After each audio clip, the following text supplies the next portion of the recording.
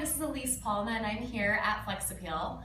We are finishing up our myofascial series, and so today what I'm going to do is I'm going to go briefly through each of the lower body myofascial release techniques that we discussed throughout this series. So the video is going to be a little bit longer, but it's probably the most important video that I'm going to do because we're going to hit all the different areas. So please watch through. Even if you've seen the videos, it's just going to be a good brush up.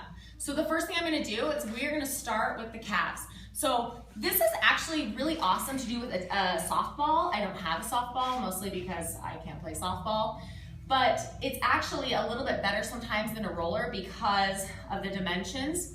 So you're going to place the leg that you're working on the top. You're going to cross the other one over, and then for me, like if I have a friend to push down, I let my friend push down. For me, I lift up my hips to create a little bit more weight on the calf muscle. So a lot of people, especially guys, tell me that they cannot build their calves.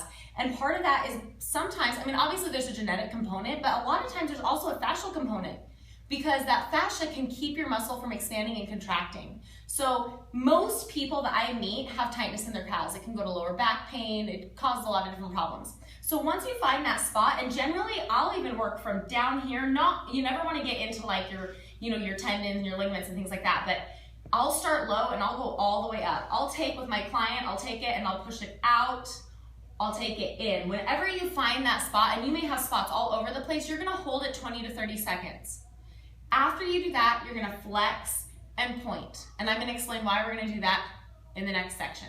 So, like I said, we are moving quickly. The next one is gonna be your IT band. The IT band is the connective tissue that attaches where like your quad and your hamstring come together. This is tight on 100% of people, I'm pretty sure. I've never met anybody that wasn't tight here. So you're gonna come onto your side. For most people, they're gonna have a point here and they're gonna have a point up high. So we're gonna find where that is. For most people, they're gonna also wanna bring a leg over the front. It's gonna make it a little bit less intense. If you are down, you can totally put both legs on. You can grab a super hard foam roller, but this is actually probably a little too intense for a lot of people. So making sure if you're feeling so much pain that you are Lamaze breathing, then you probably need to get something that's a little bit less intense because your body's not going to be able to relax. So once again, you hold it 20 to 30 seconds here. Wherever that point is, for some people we're going to rotate a little more forward. That's what I find most people need to do.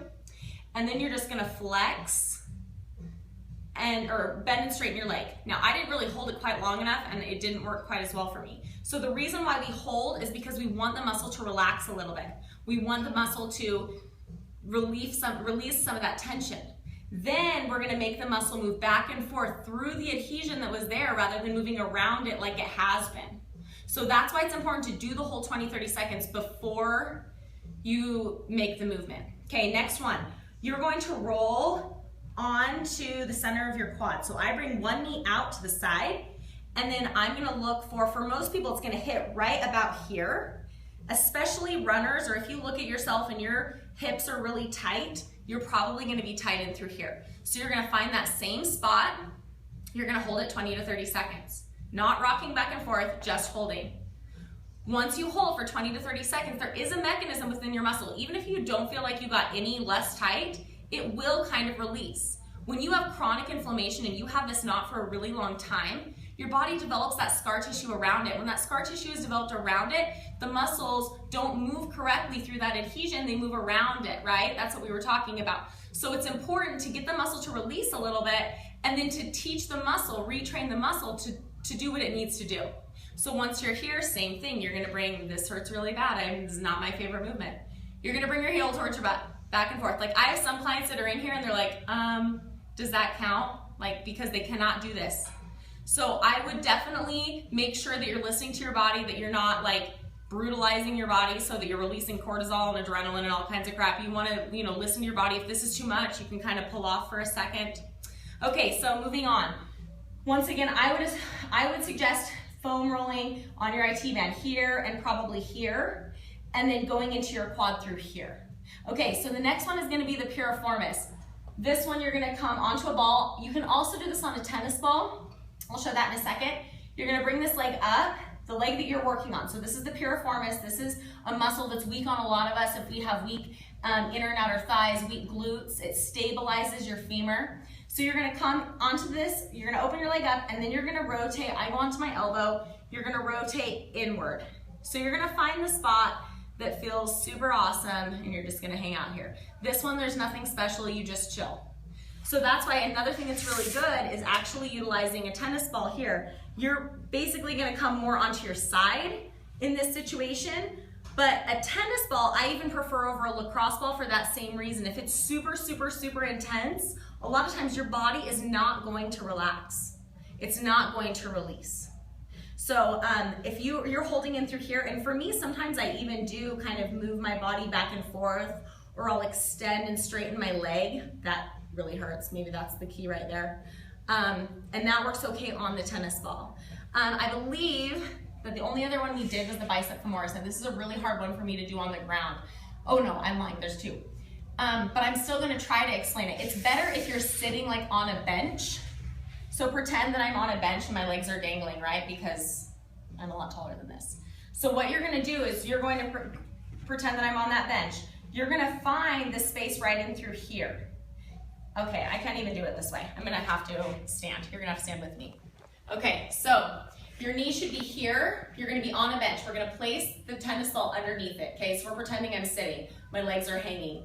You need to be in this bent position to hit the bicep femoris, which is right in through here.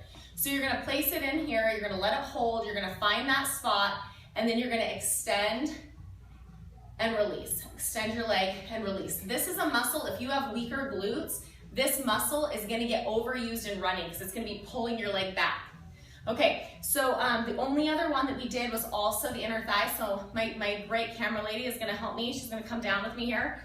I totally forgot this one. So like we did with the, you're gonna turn this on an angle and we're gonna bring it this way. So this is a muscle that gets really, really tight on a lot of us. You're gonna come, I like to angle it this way, and we're just finding that spot. Your knee comes out, you're rotating forward, you're just gonna hold. This is one too that once you've released, you can just extend and contract. It's kind of hard to do that way, but you can. And I wanna talk just for a split second about why these things all come together. So if you have weak glutes, okay, so most of us do. So the glute max is weak. So a lot of things happen to our leg, like if we're running or walking quickly or squatting or whatever, we get a lot of dysfunction because the femur is not being controlled, which causes the knee not to be controlled, which affects your ankle, right? All those things affect each other. So when you have weak glutes, you're gonna get tightness in your calves, you're gonna get tightness out here, you're gonna get tightness in here, and you're gonna get tightness right here. This tightness up in the side, which is a stabilizer muscle to the glute max, when this one's over tight, it keeps you from using your glute max. So it's really important to do these release techniques, but then it's also very important to work on building up your glute max.